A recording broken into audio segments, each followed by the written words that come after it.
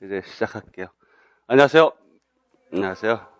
자, 오늘 이제 5월 푸른 어린이날, 그리고 어버이날 이제, 맞닥뜨리고, 이제 우리는 이제, 이 푸른 5월에 공부 제대로 해야 되는데, 날이 너무 좋아요. 예전에 교수님이랑 얘기하다가, 그 얘기 했어요. 우리나라에 노벨상이 왜 안 나올까? 딱 그래서, 글쎄 왜 안 나올까요? 뭐, 정부의 지원이 문제일까? 아니면 학교 교육이 문제일까? 막 그랬는데, 그분이 하시는 말씀이, 날씨가 좋아서 그래. 한국이 날씨가 좋대요. 그러니까 사계절이 뚜렷해가지고, 봄이면 산으로 들로, 그래서 여름에도 그렇고, 가을에도 그렇고, 산천을 주유하면서, 호연지기 키우고, 많이 풍류를 즐겨가지고, 이게 뭐 책을 안 읽는다 이거지. 근데 이제 영국이라 이런 나라 보면 날씨가 우중충하고 말이지. 할 일이 없다 이거지. 그래가지고 밖에 나갈 수도 없고. 그래서 보통 이제 집에 서재를 만들어가지고 책을 많이 읽는다. 이런 얘기를 하시더라고요. 그런 것 같기도 하고 아닌 것 같기도 하고. 아무래도 뭐 교수님들이 얘기하는데 믿어야지 뭐. 근데 그럴 수도 있을 것 같아요. 지금도 보면, 제가 5월에 이제 쭉 이제 저번 주에 한 주 놀았잖아요. 놀았는데 쭉 보면은 차 타고 이제 어머니 아버님 모시고 이제 왔다 갔다 하는데 차가 막혀. 밖으로 노는 사람이 그렇게 많아요. 그래서 제가 10개월 만에 낚시터를 갔거든요. 낚시를 제가 좋아했는데, 낚시터 갔더니 사람이 바글바글해, 그냥. 거기서 놀기 좋아하는 거죠. 뭐, 고기 구워 먹고 막, 이런 거 봤을 때, 이게 책을 읽을, 그런 어떤 기회가 없겠구나.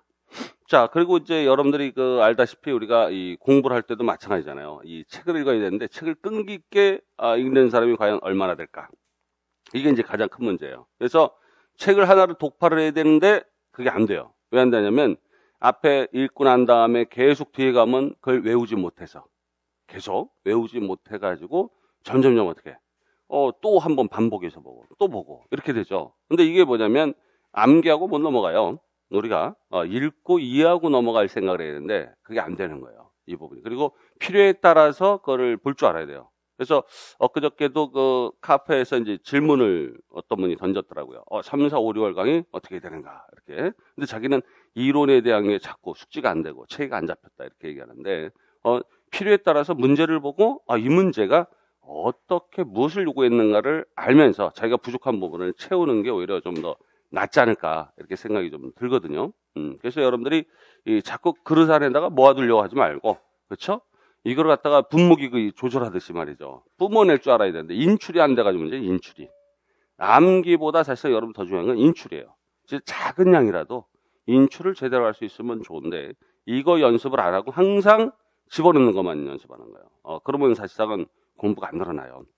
그러니까 여러분들이 지금 이제 명장면 있잖아요. 명장면이 지금 책이 재번역으로 나올 거예요. 근데 명장면이 지금 두 종류가 있어요. 그러니까 절판시킨 명장면이 있고 또 하나가 이제 새로 나올 명장면이 있는데 지금 여러분 프린트 자료가 두 자료로 되어 있을 거예요. 두 가지로. 하나는 뭐냐면 이 교육학노실 명장면 과거 예상 문제가 있고요. 그 다음에 또 하나는 추가 예상 문제 이렇게 되어 있어요. 그래서 명장면이 요 과거 거는 절판을 사실상은 시킨 거예요.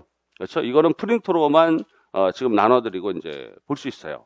그리고 이제 추가 예상 문제는 이제 뭐냐면 우리가 지금 이제 나올 이제 명장면으로 보는 겁니다. 그러니까 이 두 개를 갖다가 진도를 같이 갈 거예요. 그러니까 두 개를 다 못 나가요. 아시겠죠? 그래서 사실상 교재가 나중에 나오긴 하지만 일단은 과거 예상 문제부터 쭉 한번 훑어봐야 됩니다. 그렇죠? 그런 다음에 우리가 이제 추가 예상 문제는 문제만 넣어놨어요.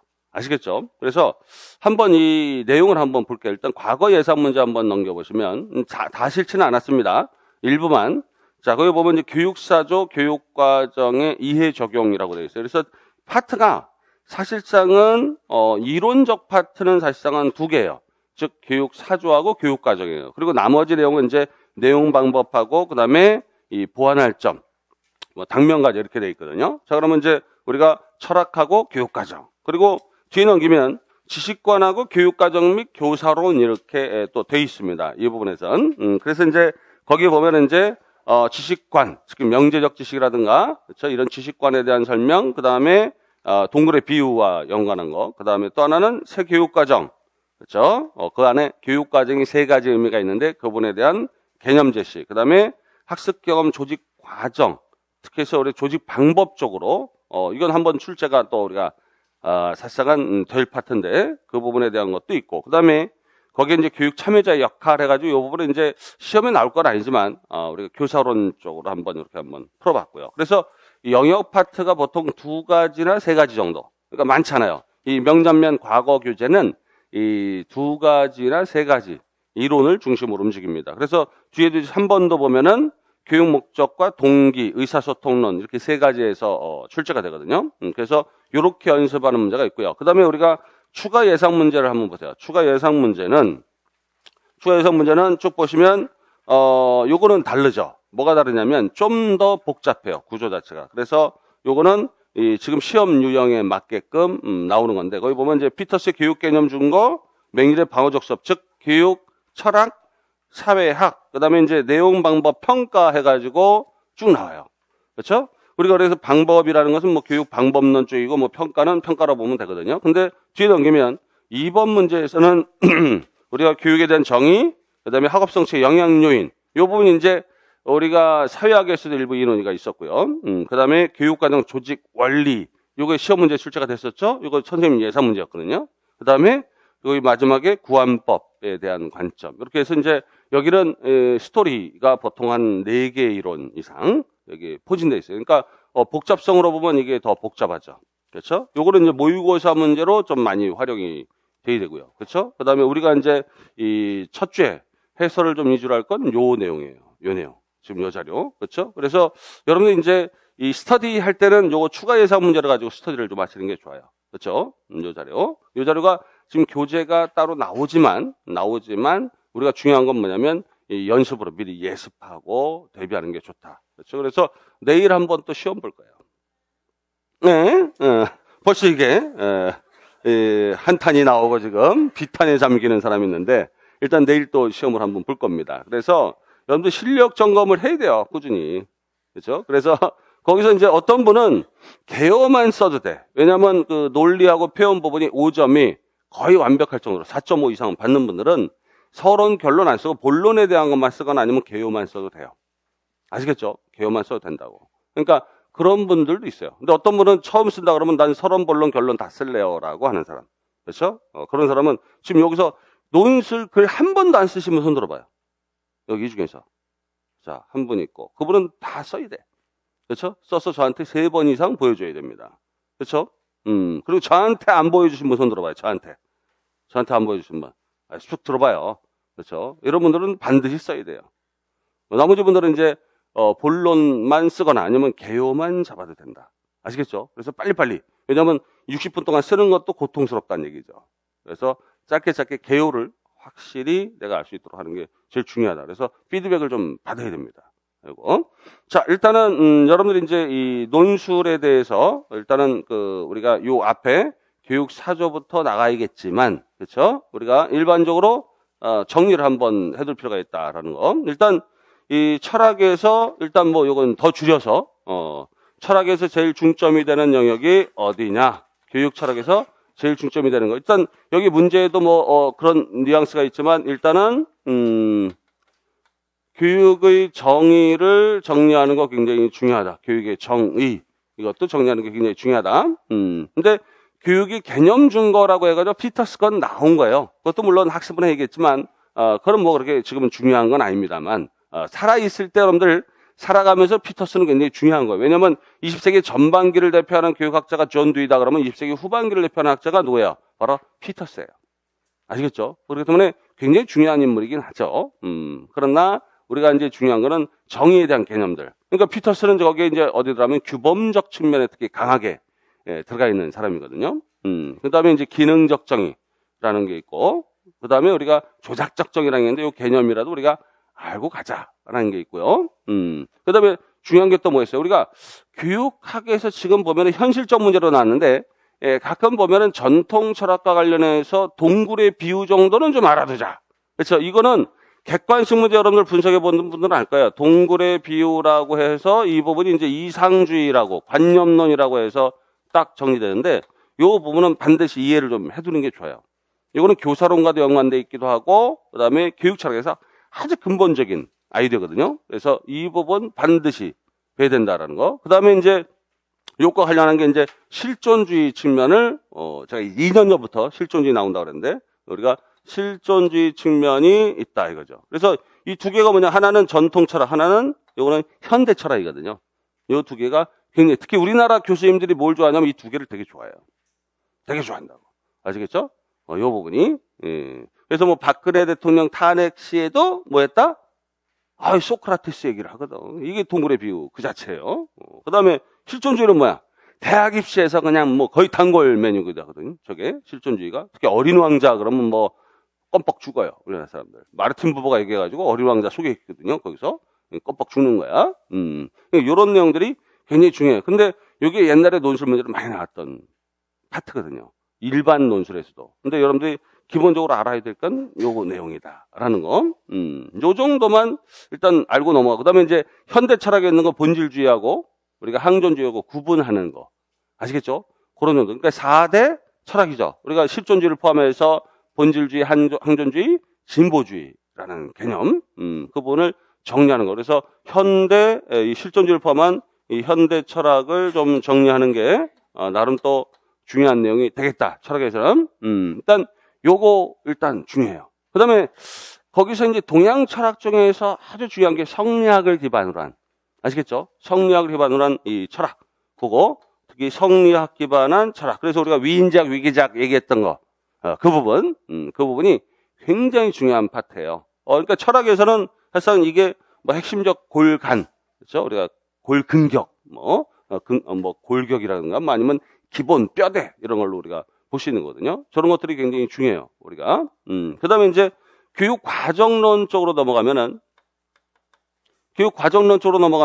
출제된 게 일단 많잖아요. 우리가, 철학이야 뭐, 자유교육이라든가, 교육 목적론이라는 거, 요 개념으로 이제 출제가 됐지만, 과정론은 출제된 게 굉장히 많거든. 그러니까 교육과정 층위 부분에서 우리가 중요하게 볼 수 있는 게 있죠. 그래서 교육과정 층위라고 해가지고 우리가 이거는 유형으로 보통 알고 있지만 잠재적 교육과정 나왔고 표면적 교육과정은 뭐 나올 일이 없습니다.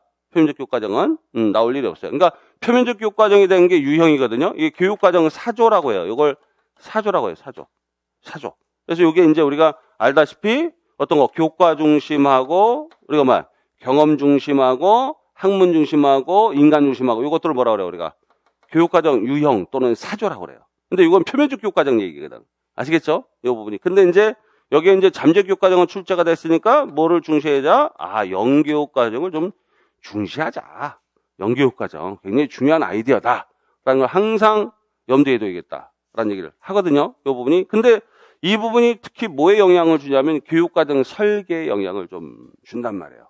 그렇죠? 그래서 교육과정 설계라고 할 때 이 설계라는 것은 뭐야? 요거와 관련된 거 있죠. 요거. 그렇죠? 그래서 이 설계 부분이 한번 나왔죠. 한번 딱 나왔는데 이 설계본에서 뭐야? 예술적 교육과정 정도는 좀 봐줘야 되지 않는가? 학교 중심 설계하고.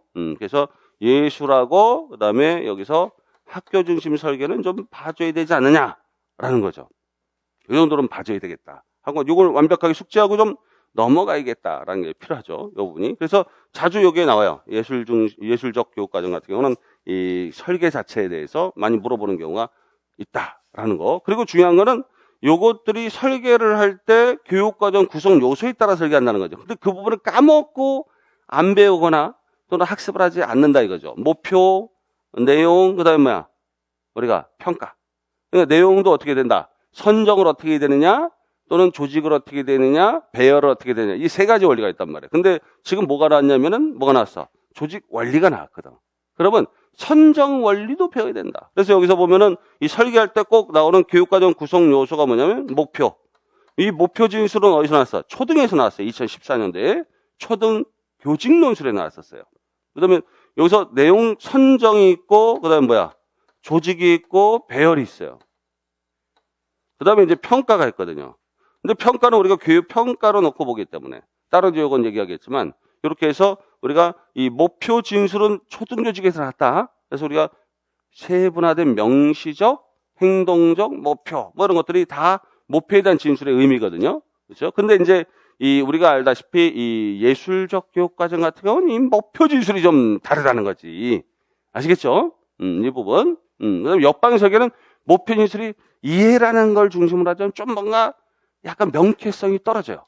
타일러는 굉장히 명쾌한데 말이죠. 이런 부분도 있어요. 그래서 이 부분도 중요하고, 그다음에 선정 원리가 굉장히 중요하다. 우리가 교사가 학교 현장에서 교육과정 설계된 대로 안 가르치거든. 나름대로 또 수업 설계를 할 때 사실상 이 선정 원리가 굉장히 중요할 수 있다. 이거는 교육과정 개발자들뿐만 아니라 교사들이 알아야 되는 중요한 거다. 그래서 조직 원리도 마찬가지예요. 조직 원리는 저번에 나왔잖아요.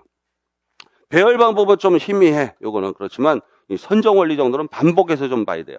아시겠죠? 요걸 반복해서 봐야겠다라는 거. 그 다음에 이제 아까 유형에서도 교과 중심, 경험 중심은 예전에 나왔기 때문에, 그러면 나머지 경험 중심 말고 교과 중심하고, 그 다음에 뭐야? 우리가 학문 중심, 특히 학문 중심도 나왔어요. 이거 출제가 또 됐었다고. 2014 상반기. 이건 2016학년도 나왔잖아요. 그러면 여기 있는 놈 뭐야? 인간 중심도 한번 읽어보자. 이렇게 돼 있지. 아시겠죠? 우리가 심미적 감수성, 그러면 어디 있냐면 인간 중심하고 예술적 교과 중에 좀 중시되는 패러다임이거든요. 그 자체, 그 개념 자체가. 그러니까 그런 것들이 이렇게 뭔가 이렇게 뚜뚜뚜뚜 하면서 이렇게 레이더를 가동해가지고 어느 부분에서 좀 중요할지를 여러분들 감안해서 좀 공부를 해야 되는데 이걸 안 하더라고요. 그러니까 교육과정은 사실상 이게 거의 전부예요. 이게 전부라고. 아시겠죠? 그리고 이제 교육과정에서 여러 가지가 있지만 요 앞에 이제 개념, 교육과정 개념 준거, 개념이 따로 있어요. 이게 개념 수준이 따로 있는데 요게 또 의외로 또 허점일 수 있기 때문에 저거를 한번 여러분들 또 교육과정의 개념 수준이 있어요. 그렇죠? 또는 수준 개념이라고 그래요. 교육과정의 수준, 결정 수준이라든가 이런 것들도 따로 학습해가지고, 그죠? 우리가 이 계획된, 의도된 교육과정이 있고 그것을 실천한 교육과정과 학습된 교육과정이 있다, 뭐 이런 개념들이 있단 말이에요. 그런 것들도 우리가 섭렵을 좀 해야 된다. 교육과정. 그 다음에 이제 평가 부분이 어차피 우리가 출제가 됐으니까 평가는 간단하게 가면 우리가 기본적으로 출제했던 게 예시안부터 보면은 절대평가, 상대평가는 반드시 이게 중요하게 나와요. 근데 우리가 2015 상반기 출시에서 뭐가 나냐면 뭐가 나왔어? 바로 평가에서 준거. 우리가 절대평가로 하던 준거가 나왔고, 그러면 우리가 뭐 해야 돼? 규준 참조평가. 이거 반드시 학습해야 된다. 규준 학습해야지, 규준. 이거. 규준. 요거를 또 뚜렷하게 봐야 돼요. 얘는 분명히 개념하고 장점 나왔거든. 근데 요거는 지금 아직 안 나왔어요. 안 나왔어. 예시안에서는 보이긴 했는데, 그건 정식 출제가 아니니까. 그러니까 요것도 우리가 중요하고. 그 전에 이제 이 교육과정에서 중요한 게 뭐예요? 뭐 교육과정에서 우리가 이 평가와 관련한, 그렇죠? 이 부분이 마지막 끄트머리지만 이 평가라는 것을 먼저 가지고 들어가면 좋은 게 많죠. 왜냐하면 뒤에 방법이란 내용 점검을 그 전까지 반성하면서 또 들어갈 수 있기 때문에 이 평가에서 중요한 게 뭐냐면 평가 관련 교육관. 그래서 우리가 많이 공부했던 게 뭐예요? 평가 관련 교육관. 그럼 뭐야? 선발주의적 관점하고 발달주의적 관점이 있죠. 아시겠죠? 요거 교육관도 나중에 분류를 해서 이게 발달주의가 좀 중요하긴 하죠. 근데 과거에는 이제 선발주의였다. 이런 것들을 우리가 개념 정리를 하는 거죠. 근데 여기서 발달주의는 이쪽 준거와 관련돼 있고, 선발 중심은 이건 뭐야? 선발주의는 규준과 관련돼 있죠. 그래서 여기서 중요한 아이디어가 뭐야? 이 평가 관련한 어떤 검사관이라는 것도 우리가 학습해. 검사관. 요건 아직 출제가 안 됐어. 검사관은 뭐야? 평가관과 측정관, 총평관 세 가지 개념이죠. 그래서 이제 평가관하고 뭐야? 측정관 같은 거, 이 부분 굉장히 중요하겠죠. 그 다음에 이제 검사관에 따라서 뭐야? 우리가 평가의 어떤 종류 부분에서 이제 요게 나오는 거죠. 유형. 그리고 이 교육과정 진행과정상의 이 유형은 나왔어요. 우리가 많이 나왔던 게 진단, 그 다음에 형성, 그 다음에 총괄, 이렇게 해서 형성평가가 2번 나왔어요. 2번. 아시겠죠? 2번 나왔어요. 근데 나머지는 나올 건덕지가 별로 없어요. 얘들이. 약간 건덕지가 없어요. 요게. 그래서 진단과 관련한 건 나중에 이제 교육 방법론 쪽으로 들어가면 좀 아이디어가 좀 있거든요. 요쪽이. 근데 요걸 그대로 썼던 사람 누구야? 나중에 이제 교육공학 방법론 들어가면 블룸이라는 사람 요걸 그대로 썼죠. 블룸의 안전학습 여문 여기 그대로 들어가 있죠. 근데 어쨌든 중요한 거는 검사관. 여기 있고, 그 다음에 여기서 뭐야? 검사관에 따라서 보는 중요한 어떤 거. 평가 도구. 평가 척도가 있죠. 그게 저번에 나왔었던 거예요. 그래서 평가 도구 또는 척도. 평가 도구, 또 검사 도구라고 그래요. 또는 척도라고 하는 게 뭐야? 타당도, 신뢰도, 그 다음에 객관도. 물론 실용도 이런 것도 있어요. 근데 사실상은 지금 내용 타당도 쪽이 나왔거든요. 그러면 다른 타당도가 나올까? 그건 염려하지 않아도 됩니다. 그쪽보다는 뭐가 나올까? 타당도, 신뢰도, 객관도를 어떻게 높일 수 있는가? 그 개념.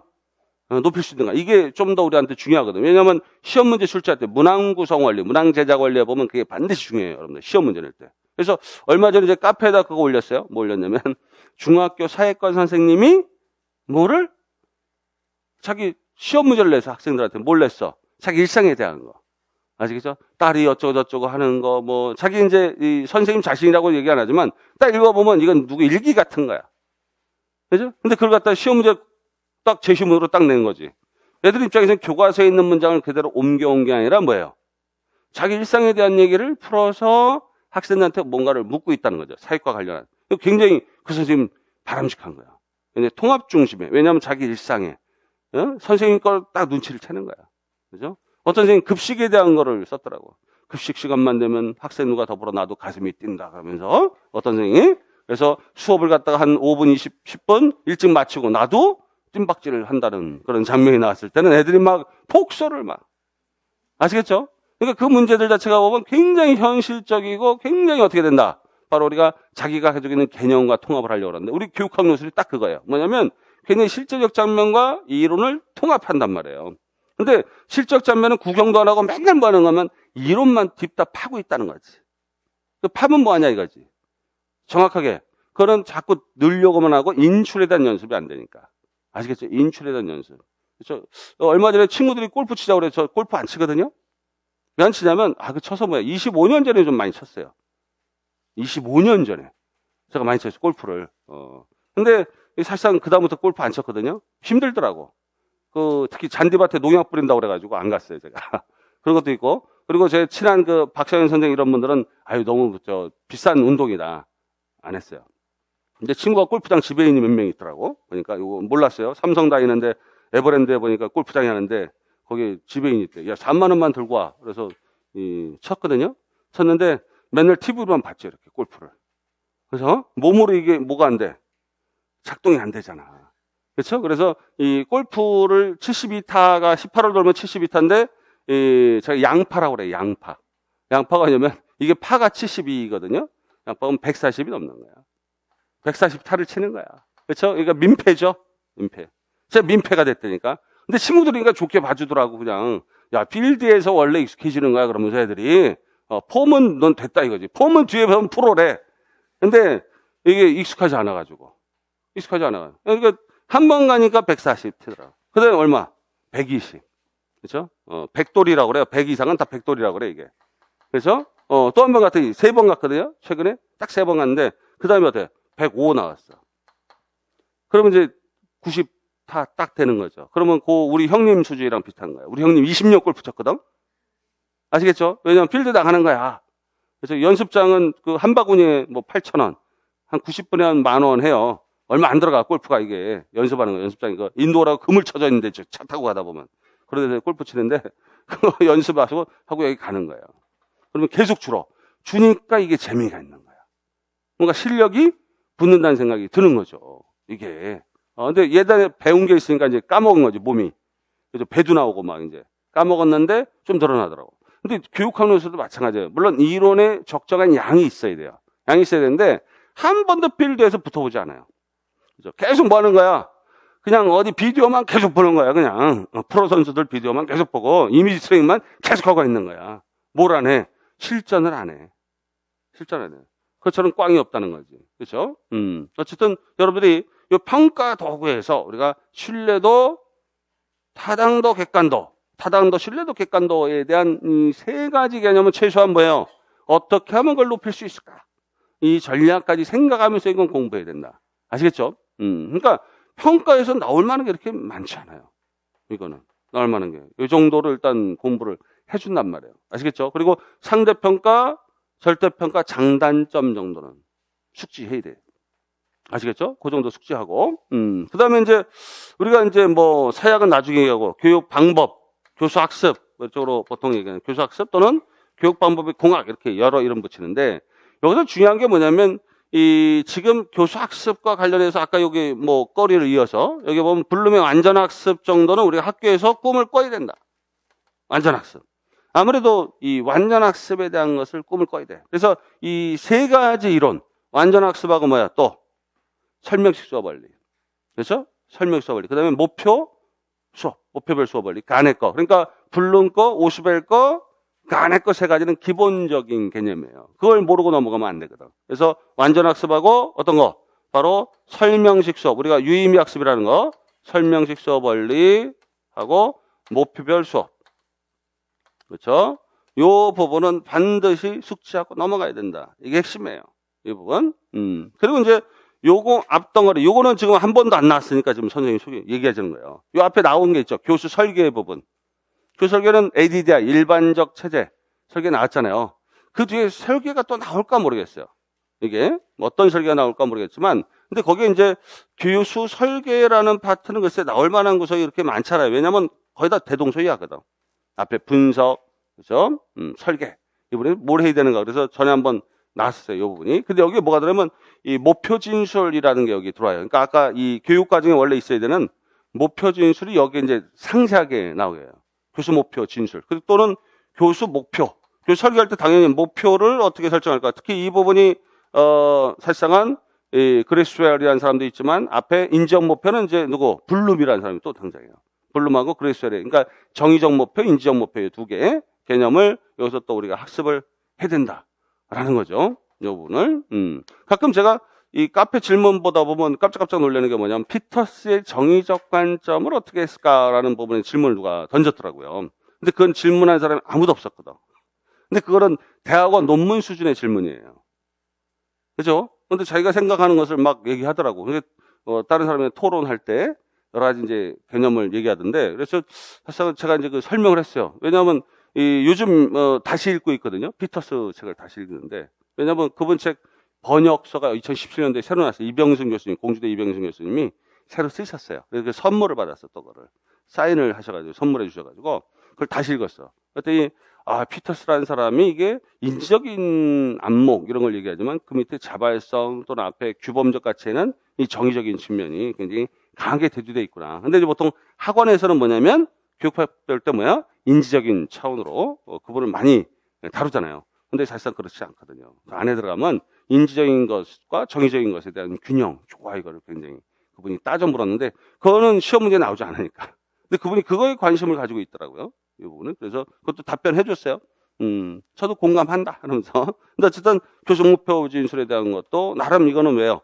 교수 목표 진술은 아까 초등에서 나왔다고 그랬잖아요. 근데 중등에서도 한 꼭지를 차지할 가능성이 있단 말이에요. 그러니까 이 부분을 우리가 학습을 하는 거, 이게 있다. 이거 말고는 뭐 발견 학습이니, 그죠? 여러 가지 원리들이 있어요. 메릴의 뭐, 내용 요소, 제시론, 그러니까 이런 것들도 여러 가지가 있지만 일단은 이것을 먼저 알아두는 게 좋다라는 거. 그 다음에 중요한 것은 이제 이게 심리학적으로 넘어가겠죠. 교수 학습은 사실상은 많아 보이지만, 복잡해 보이지만 사실상 그 연원관계가 반드시 있어요. 그 중에서 이제 심리학이에요, 심리학. 이 심리학이 그 연원관계인데, 연원관계. 심리학 쪽에서 우리가 출제된 거는 사실상은 동기이론 한 영역하고, 그죠? 심리학. 그 다음에 자정체감에 대한 에릭슨의 관점, 그 다음에 반도라의 사회인지 학습이론. 그러니까 사실상은 이 발달 이론 쪽에 하나, 발달 이론. 그러니까 발달 이론을 우리가 크게 보면은 이제 인지 발달을 보고, 그렇죠? 또는 정서 발달. 근데 정서 발달을 우리가 안 놓고 그냥 뭐라고 하냐면 이거를 여기 안에 이 동기 발달, 도덕성 발달, 이렇게 성격 발달 이렇게 넣거든요. 그러니까 여기 이제 이 동기 발달, 도덕성 발달, 그 다음에 성격 발달 이렇게 놓죠. 이게 성격 발달 안에 이제 뭐냐면 정체감에 대한 요소가 이렇게 들어가 있었던 거죠. 이게 이제 발달 이론의 뭐 기본적인 내용이죠. 근데 이제 출제가 된 거라고는 동기 발달에서 동기 발달도 또 안에 들어가면 분석적으로 들어가면 또 세 가지 파트가 있단 말이에요. 그 안에 인지적이고 인본적이고 행동적인 그런 어떤 동기의 여러 원리들이 있단 말이죠. 근데 종류가 많은 건 인지주의 동기론이니까. 저번에 시험 문제는 매슬로우 거 인본주의 동기론하고 인지주의 동기론 중에 기대 가치론 나왔단 말이에요. 그럼 나머지 내용을 싹 해야 돼요. 또는 기대 곱하기 가치론 나왔기는 기대 이론 자체. 근데 얘는 왜냐하면 행정학 때문에 이놈의 행정 때문에. 행정학에 정확히 뭐가 있냐면 이 동기론이 조직 동기론은 그대로 있단 말이에요. 그래서 그러니까 요거는 공부가 사실상은 연속돼야 되는 파트예요. 연속돼야 되는 파트라고. 얘하고 얘는. 그러니까 여기 조직 동기라는 게 있기 때문에 연속적인 파트란 말이에요. 이 파트가. 아시겠죠? 그러니까 여러분들이 공부하실 때 이 인지발달론이 반드시 나와야 되는데 이게 안 나오고 얘부터 건드렸단 말이에요. 근데 요거 건드린 이유가 뭐냐면 그때는 그 특수교육 교사들 시험이기 때문에 국립특수교원이 이걸 출제를 했어요. 아시겠죠? 그들은 제일 중요한 게 동기 쪽이에요. 뭐 우리도 동기가 제일 중요하지만 특수 쪽에서 특히 이거를 중요하게 여겼어요. 근데 이제 인지발달 쪽은 특수 쪽에서는 그렇게 좋아하진 않아요. 왜냐하면 이건 일반적인 발달 단계니까 특수아들 같은 정신지체라든가 중도, 뭐 경도, 뭐 이렇게 여러 종류가 뭐 어떤 중증인 아이도 있고. 근데 사실상은 걔들이 정상적인 어떤 일반 비장애적인 그런 어떤 인지발달 과정을 거치지는 않거든요. 다르니까 이걸 그대로 준용하기는 어렵죠. 아시겠죠? 그러다 보니까 이제 이쪽으로 좀 다른 쪽으로 좀 많이 가는데요. 그래서 이쪽이 출제하는데 우리는 요거 중요시 여기면서 요거 이제 누가 나와? 피아제하고 비고츠키 정도는 기본적으로 알고 들어야겠죠. 이거 굉장히 중요한 거예요. 그리고 이 피아제 이론을 안다는 얘기는 누구로 안다? 이 학습 이론 쪽에서 우리가 이 사실상은 이런 것들을 조금 더 연관된 고리를 알 수 있는 틈이 돼요. 인지 발달에서. 아시겠죠? 수업에 대해서. 그리고 특히 가네 같은 경우는 인지 이론 안에서 이제 굉장히 정보 처리 이런 것도 나중에 관련돼 있거든요. 그래서 심리학이 굉장히 파트가 많아요. 그래서 심리학이 원래 제일 두꺼워. 교육학 영역 중에서 분량이 많아요. 근데 사실상은 좀 안타깝게도 이 심리학이 보면은 출제가 그렇게 많지가 않더라라는 거죠. 특히 이게 이 정체감 이론, 그리고 이 밑에 학습 이론이 있어요. 학습 이론. 심리학에 학습 이론이 있죠. 원래는 이게 여기에 들어와야 되지만 이 이론, 심리학 이론 자체에서는 학습 이론들이 있기 때문에 행동주의 학습 이론, 그렇죠? 인지주의 학습 이론, 그다음에 바로 사회인지 학습 이론 이렇게 돼 있는 거예요. 근데 거기 이제 우리가 알다시피 구성주의 학습 이론도 여기다 있고. 아시겠죠? 그러니까 인지 이론 관점에서 보는 어떤 관점이 있지만 이게 학습 이론 그것이 망라된 거거든요. 그래서 우리가 인지 이론 쪽에서는 우리가 중요한 게 뭐야? 여기서 통찰, 장이론 쪽이 여기 많아요. 그렇죠? 통찰과 장이론.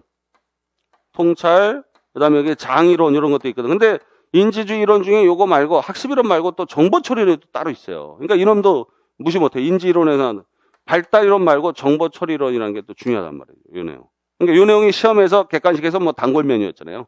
이것도 언젠가는 나올 거라는 얘기죠. 그다음에 여기선 이 통찰하고 장이론 정도 좀 하고, 그다음에 여기서 이제 이 사실 행동주의 측면이 있고, 행동주의도 아직 안 나왔죠. 유명한데 우리가 잘 아는 건데 얘도 아직 안 나왔어요. 논술에. 근데 뭐가 나왔냐면 사회인지 학습. 왜냐하면 사회인지 학습은 사회학습 이론이라고 부르기도 하고 관찰학습이라고 부르기도 해요. 사회학습의 큰 영역으로 보면 사회학습 이론의 한 영역이에요. 근데 이놈이 인지주의하고 행동주의를 같이 버무려 놨거든. 그래서 인지행동주의라고 그래요. 반드라 이론을. 사회인지 학습 이론이라고 부르지만 인지행동주의 학습이라고 또 부르기도 하거든요. 여러 이름이에요, 그게. 근데 어쨌든 사회인지 이론이 나왔단 말이에요. 사회인지. 이게 나왔다고.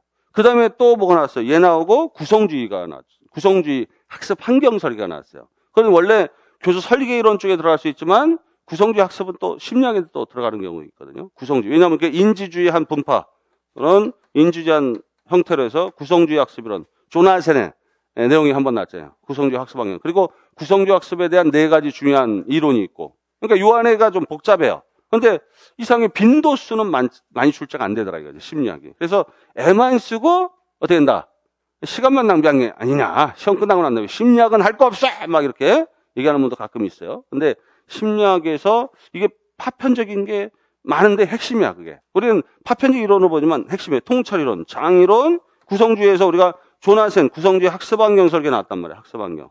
학습환경 설계 나왔는데 여기에 4가지 또 구성주의 이론이 있단 말이에요. 그렇죠? 인지적 유연성부터 해서 인지적 유연성, 그다음에 인지적 도제 이론, 그렇죠? 그다음에 상황학습, 정황교수, 앵커드. 그러니까 요 개념도 또 알아야 되고. 그다음에 요거 정보 처리론 하니까 또 뭐 알아야 돼? 전이라는 걸 또 알아야 돼. 전이. 그러니까 심리학이 할 게 많아요. 부분. 요게 제일 골치 아픈 거야. 요게. 저도 이제 심리학을 공부를 꽤 했어요. 원래 석사과정이 교육심리 전공이었으니까 이거를 꽤 했다고.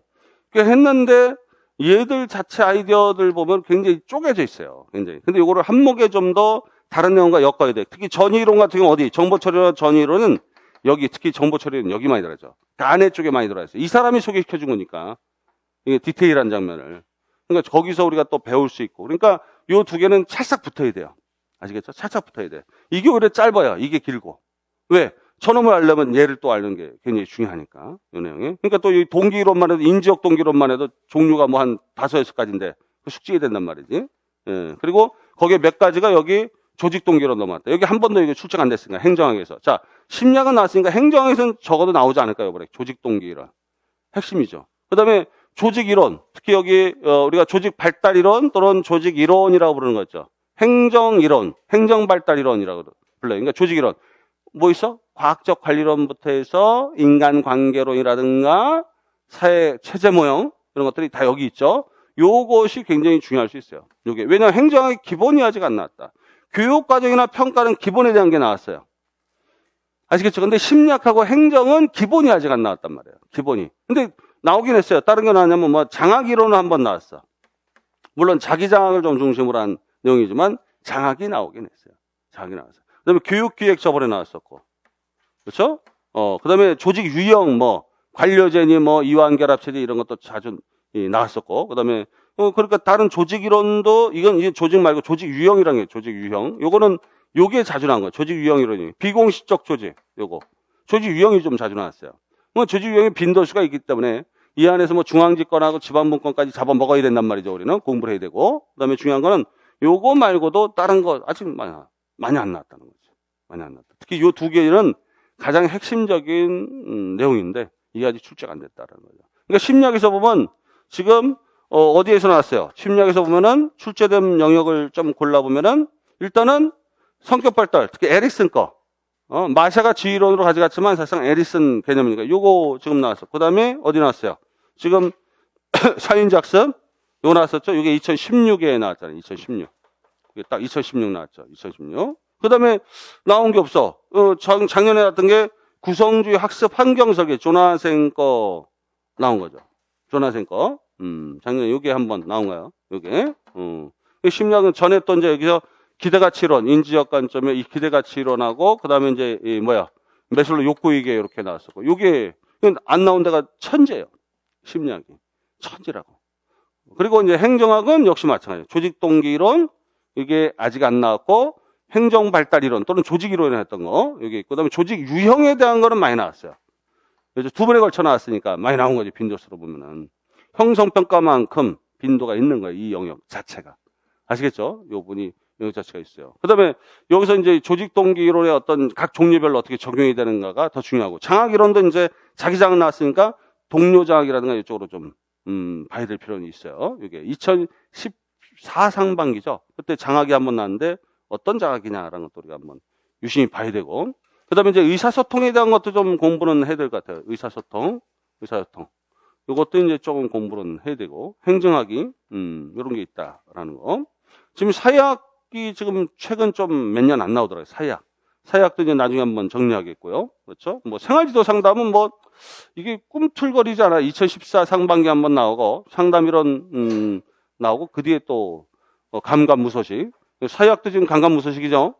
지금 2, 3년 안 나왔네. 2015 상반기 한번 나오고 사회학이 계속 안 나온 거예요, 지금. 두 번 연속 안 나왔어요. 근데 요번엔 또 나오지 않을까? 그러면 거기 또 중요한 거는 나중에 또 한번 캐치를 해봅시다. 일단 중요 파트, 빈도수가 좀 높은 게 이 과정, 평가, 그 다음에 뭐야? 행정학. 요게 빈도수가 제일 높아요. 그 다음에 이제 사회학하고 이런 것들 빈도수가 있는데, 그건 이제 나중에 한번 정리합시다. 왜냐면 사회학은 약간 공부가 끊어지는 맛이 좀 있거든요. 근데 얘들은 연속적인 맛이 좀 있어요. 얘들은 어떤 파트끼리. 근데 약간 끊어진 맛. 생활지도 상담은 이제 심리 파트와 이제 사실상 연관이 좀 많이 돼 있기 때문에 그래서 파편적으로 좀 공부하는 경우가 많이 있겠죠. 근데 어쨌든 이 5개 영역을 알아야 돼. 특히 철학 영역은 출제가 안 되지만 다른 영역을 이해하는데 개념 정리라든가 이거 이해하는데 아주 도움이 많이 되니까 그런 쪽으로 갖다 한번 봐야겠죠. 자, 일단은 요거는 이제 기억에 떠올리면서 이거를 한목으로 정리하고 이걸 한목으로 정리하는 게 아니라 이제 이거를 분산시켜가지고 내가 인추를 확인하는 거니까. 그래서 일단은 여기 이 1번 문제 한번 훑어볼까요? 1번 문제 보시면 글씨가 좀 작아도 이해해 주세요. 왜냐하면 분량이 많아가지고 이걸 갖다가 A4로 하지 않고 보기 편하게. 자, 일단 교육사조와 교육과정 이해 및 적용이라고 파트가 되어 있는데요. 거기 보시면 일단은 중요한 게 뭐냐? 자, 보세요. 김 교사, 박 교사가 어떤 인간관하고 지식관을 가지고 있다라는 거죠. 이 부분이. 그러니까 사실상은 인간과 지식관은 우리가 배경지식 차원에서 봤을 땐 딱 떨어지는 정답이라고는 없을 거예요. 아시겠죠? 이 부분이. 그러나 어떤 분이 중요한지 한번 보자. 거기 보니까, 일단은 지식관하고 인간관. 자, 거기 보니까 인간관에 대해서 이 교사가 학생은 접하니까 떨린다. 김 교사는, 욕구에 대해서. 아이들을 사로잡고 있는 게 욕구다. 근데 이걸 해석을 잘해야 돼. 욕구가 인간을 사로잡고 있다. 대표적인 인물이 누구예요? 그렇게 얘기했던 사람, 누구야?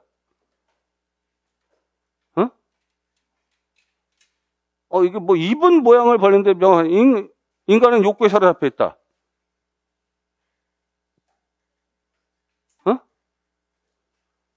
매슐로우. 또, 프로이트. 이게 성악설의 원형이죠. 성악설의 변용이라고 돼요. 프로이트. 인간의 욕구가 휘어잡고 있다라는 거죠. 이성보단 욕구가 휘어잡고 있다라는 것들이 되게 부정적 인간관이에요.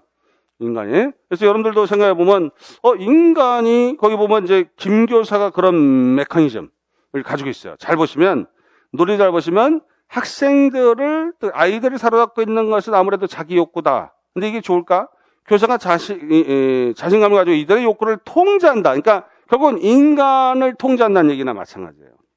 그렇죠?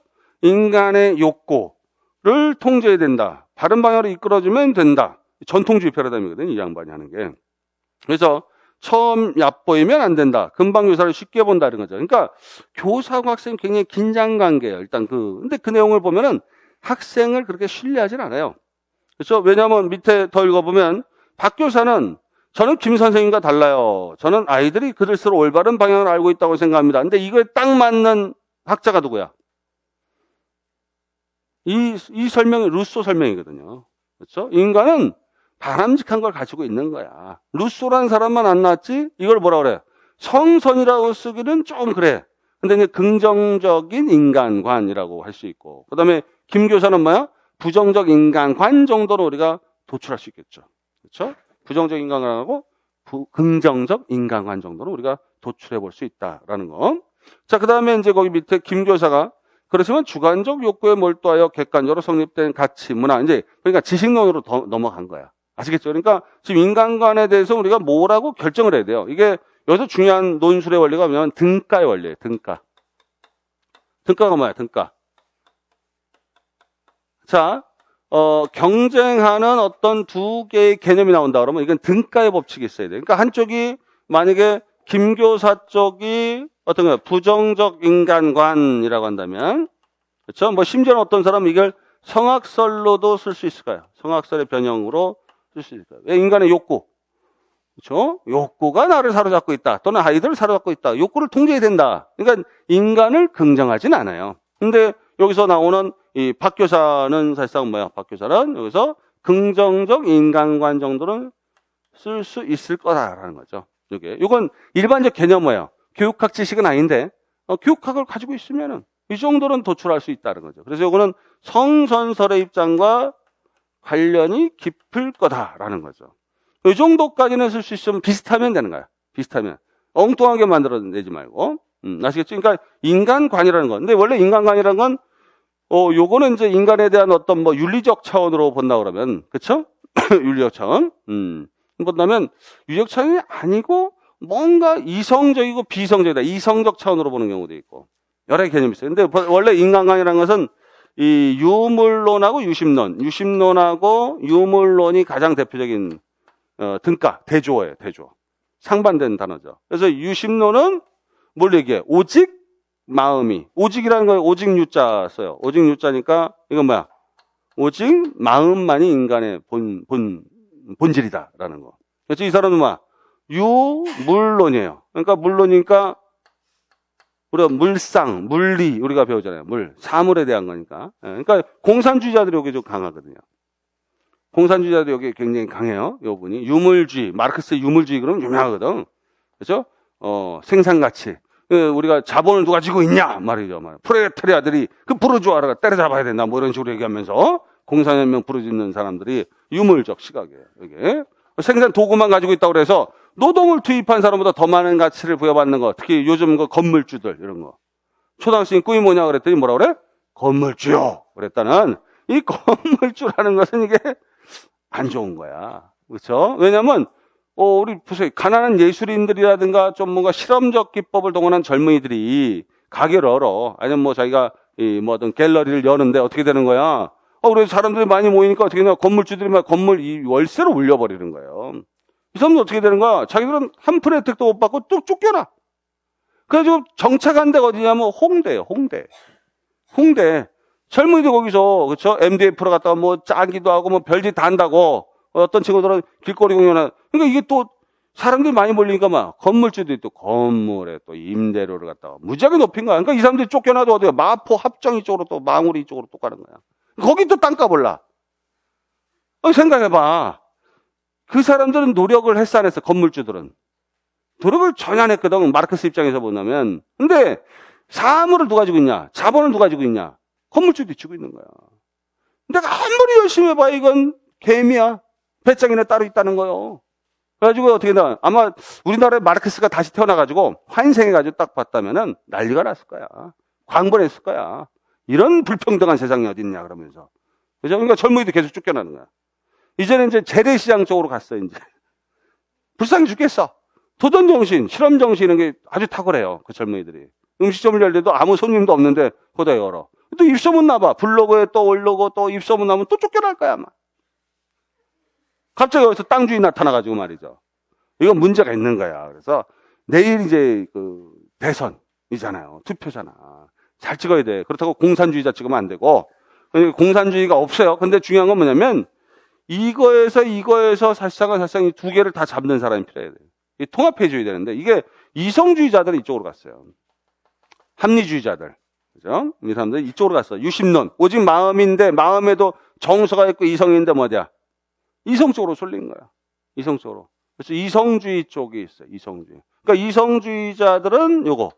그렇죠? 이성주의. 그러니까 이성하고 정서를 쪼개버리고 정서는 인간의 어느 거가 이 욕구와 관련돼 있다고 해버려요. 그래서 유심론은 뭐랑 흔적이 비슷하냐면 얘랑 비슷해. 흔적이. 얘랑 만나거든. 얘랑. 왜냐면 중세 기독교가 가지고 있던 성학살 이 관점. 그렇죠? 이 관점하고 결국은 고대였던 거. 우리가 이상주의 아이디얼리즘, 관념론이라고 하는 거죠. 그걸 관념론이라고 그래. 거야, 좀 만나가지고. 그래서 나중에 플라톤주의랑 뭐가랑 만났다? 기독교랑 만난 거야. 이거 만나게 되거든. 역사적으로 그렇게 돼 있어요. 그래서 아리스토텔레스를 버리고 플라톤을 취해요. 서구가 처음에 중세까지. 그랬다가 어떻게 된다? 아랍과 전쟁 벌이고 십자군 전쟁 벌이면서 뭐를 만난가요? 거기서 아리스토텔레스를 만나요. 거기서. 그렇죠? 왜? 아랍 상인들은 아랍 과학자들은 아리스토텔레스 관점으로 연구를 했으니까. 이게 나중에 역수입돼가지고 나중에 들어오게 되거든요. 그러니까 중세에 그렇게 암흑기가 이루어졌던 게 뭐냐면 이성을 만났는데 이성을 버려버리고 신중심으로 올려놓고 그리고 인간을 갖다 전부 죄인이다 그래가지고 아니 나도 모르는 아담과 이브가 금단의 열매 따먹었다고 내가 죄인이 되는 건 말이 안 되는 거잖아. 그래서 연자제죠. 성경이 대표 연자제예요 그게. 나도 모르는 어떤 나라 사람인지도 몰라. 아담과 이브. 그 사람들이 뭐 금단의 열매 하나님 말씀 안 들어가지고 인간은 다 죄인이라는 거야. 답답해요 막 그냥. 교회 갔는데 그냥 죄인이야 그냥 계속 죄인이라고 그러고 막 헌금 내라고 그러는데 막 헌금 봉투가 48종이야 그냥. 그렇죠?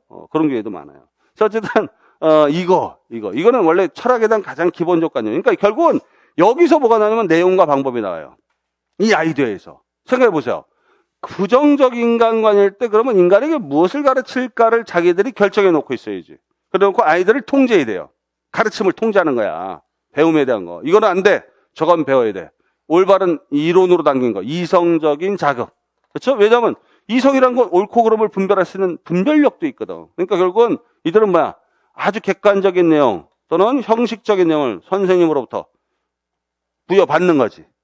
나 안에는 없으니까 어떻게 해? 나 바깥에서 외부에서 어떻게 한다? 형성되어 있는 지식이 나한테 들어와야 된단 말이에요. 근데 여기는 그게 아니지. 성선설은 안에서 애들이 가지고 있으니까 외부에서 줄 필요가 있다 없다? 없어요. 없잖아. 결국은 얘들은 뭐예요? 내가 스스로 능동적으로 의미 구성하고 문제 해결하는 거야. 그래서 뭐야? 그걸 구성주의라고 그래. 또는 주관주의 패러다임이라고 그래요. 여기는 뭐야? 객관주의 패러다임이고 여기는 주관주의 패러다임이야. 그래서 이것과 연관이 많은 게 철학에서 뭐예요? 바로 모더니즘하고 포스트 모더니즘이에요. 아시겠죠? 모더니즘하고 포스트 모더니즘이라. 여기는 인간의 욕구를 부정적으로 안 봐. 왜? 인간의 욕구라는 것은 자기 동기, 열정, 열망 이런 거를 가지고 있거든요. 피터스 자기 책에서 그러더라고. 뭐냐면, 헌신적 열망. 지적인 헌신적 열망. 제가 가끔 강의에서 얘기하는 인격적 알미라는 거. 뭐야? 내가 열정을 어디다 드린 거야? 객관적 지식의 알미에다 딱 열정을 붙이는 거.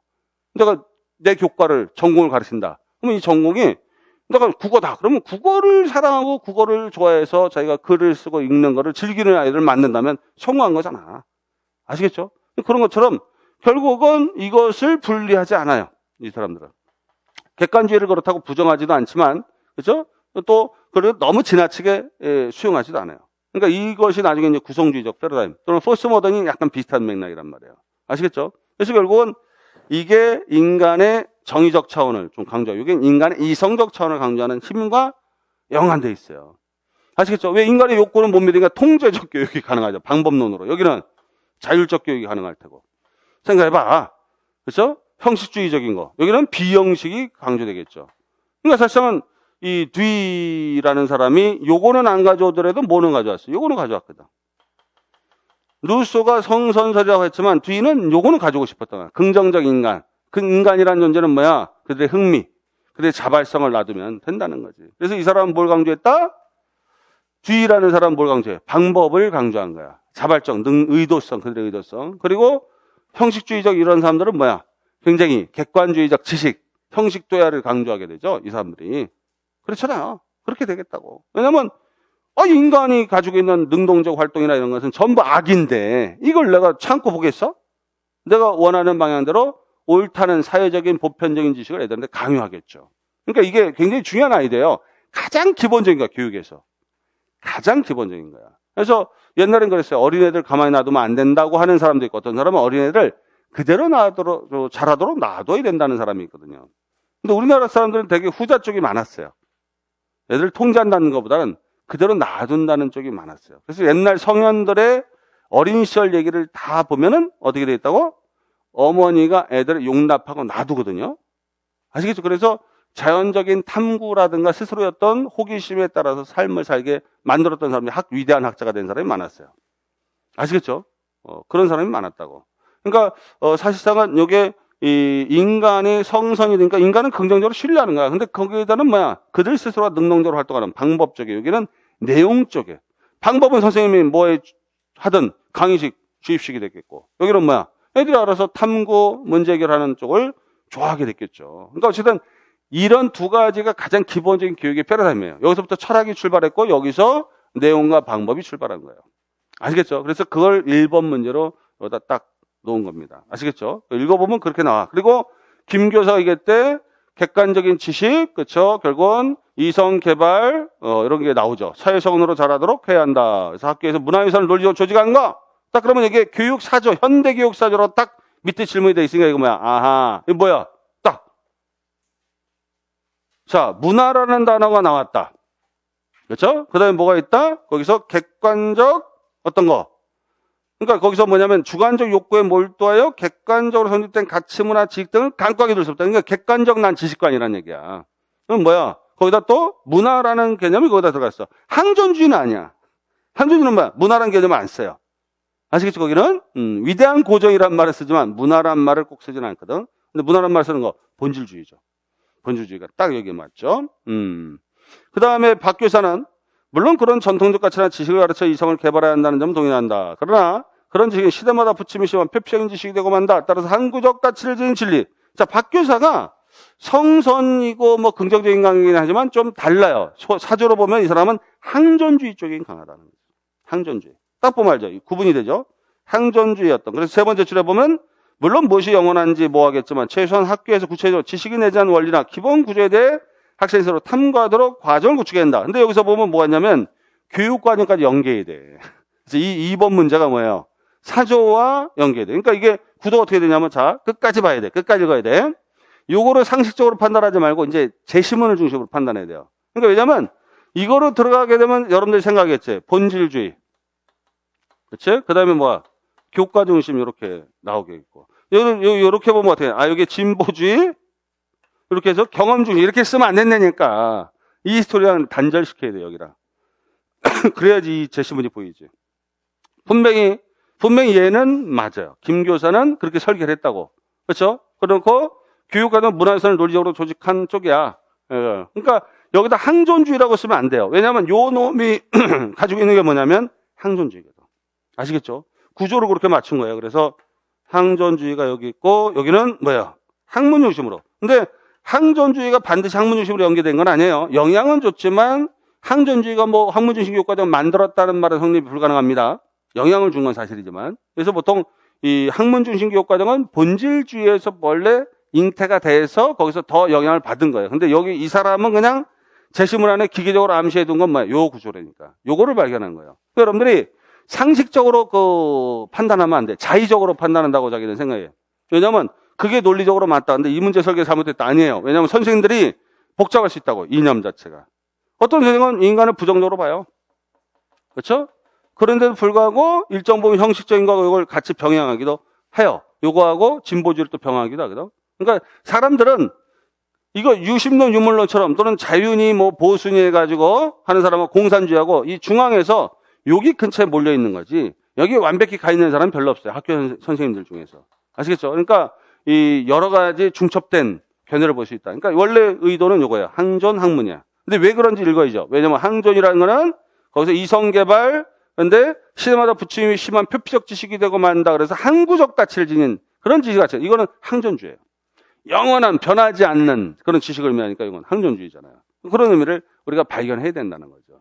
그리고 밑에 박 교사가 더 얘기했는데 뭐라고 되냐면 무엇이 영원한지 모르겠지만 최소한 학교에서는 내재한 원리, 지식이 내재한 원리, 지식의 구조라잖아요. 지식의 구조란 말이죠. 이 말이. 그다음에 기본 구조에 대해 학생이 탐구하도록 탐구학습 조직은 뭐야? 학문 중심이거든. 아시겠죠? 물론 경험 중심도 그런 의미가 있지만 어쨌든 요 부분 이렇게 연결된 거야. 아시겠죠? 자, 그다음에 요거는 분명히 본질하고 효과로 연결된 거예요. 요거를 쓰는 게 답이었어요. 이 문제가. 그러니까 1번하고 2번이 핵심이에요. 그다음에 뭐 나머지 3, 4번이야 뭔지 한번 참고해서 보는 거고요. 그거는 이제 좀 약간 선생님이 여러분들 자의성을 좀 자유 반응도를 좀 높여준 겁니다. 요거는 그래서 요거를 점수 받게 주기 위해서 이제 3, 4번 만들어 놓은 거고 1, 2번은 정확하게 뭐가 틀렸고 맞았고가 정확히 나오는 거예요. 아시겠죠? 여러분들이. 그래서 요 문제에 대한 예시도 뒤에 이제 쭉 해놨어요. 그래서 거기 두 번째 단락, 세 번째 단락, 네 번째 단락까지 쭉 보면은 그게 뭐가 있어? 성선설과 성악설로도 대비할 수도 있고 긍정적인 인간관하고 부정적인 인간관으로 대비할 수도 있다. 분명히. 그게 두 번째 단락에 즉 페이지 5쪽에 딱 있죠. 그렇죠? 페이지 5쪽에 예시에 딱 거기에 두 번째 단락에 딱 있죠. 그렇죠? 그 다음에 이제 거기에서 왜 그런 인간관을 설명하고 있는가 있고 그 다음에 지식관에 대한 것도 거기서 뭐야? 네 번째 줄에 한편 지식관 측면에서는 김 교사 밖에는 공통적으로 지식의 추상성, 객관성, 계열성을 전제하다. 그러나 각각의 지식관은 상대적 진리론과 절대적 진리론, 이것도 진리론으로 하거나 진리관으로 본다면 이게 이런 것도 있죠. 이건 상대적이고 이거는 절대적이다라는 원리도 쓸 수 있겠죠. 이런 부분. 근데 이건 문제도 있어요. 왜냐하면 항존주의가 그래 절대적 진리가 아니거든. 이게 그렇죠. 이게 상대적 진리가 아니에요. 이게. 그러니까 어떻게 썼는가 볼까 거기. 김 교사 밖에는 공통적으로 지식의 추상성의 가성이지만 각각의 지식관은 상대론과 절대적 진리론이다. 그래서 김 교사는 지역 시간에 제한된 객관적 지각관 반면 박 교사는 시공간을 표현한 이렇게 제대로 썼네요. 원래 이 사람이 가지고 있는 인간관은 이렇지만 얘는 항존주의이기 때문에 절대적 그렇죠? 진리죠. 얘는 본질주의는 절대 진리 자체를 옹호하지는 않습니다. 그래서 이제 얘들이 항존주의자들이 본질주의를 욕하죠. 진보주의자도 욕하고 항존주의자들이 어쨌든 그런 패러다임을 여러분들 이해하시면 되고 그 다음 단락에 보면 교육 사조하고 과정을 보면 본질주의 사조와 더불어서 교육과정 중심으로 그 다음에 밑에 보면은 자 항존주의 사조하고 학문중 교육과정 이렇게 딱 정확하게 그리고 한 문장씩 완성을 해야 돼요. 이거를 연속해서 사조 이것이고 교육과정이다. 그래서 한 문장 안에 다 넣으면 안 돼. 사조 한 문장, 교육과정 한 문장 딱딱 결집이 돼야 돼요. 그래서 한 문장당 최소 1점 맞는다고 생각하시면 돼요. 그렇죠? 한 문장당 1점. 그래서 이렇게 해서 1, 2번까지 끝내놓고 그 다음에 3, 4번은 굉장히 자의적인 거예요. 당면과제는 물론 타당성이 있어야겠지만 어느 정도는 내가 선택해서 쓰시는 거예요. 여러분들 자신들이. 그래서 1번에서는 요 두 개가 이렇게 감춰진 용법. 그게 하나는 철학이죠. 철학적인 관점이 여기까지 있는데 교육과정이 숨어 있는 거죠. 이렇게. 요게 예전에 선생님 명장면 2014년도에 만들 때 그렇게 냈었어요. 이렇게. 이게 1번 문제를 한번 감상해 봤어요. 아시겠죠? 그 다음에 2번 문제, 3번 문제는 뒤에 이제 쉬었다가 한번 보도록 하겠습니다. 쉽시다. 그리고 내일은 몇 시에 오시냐면,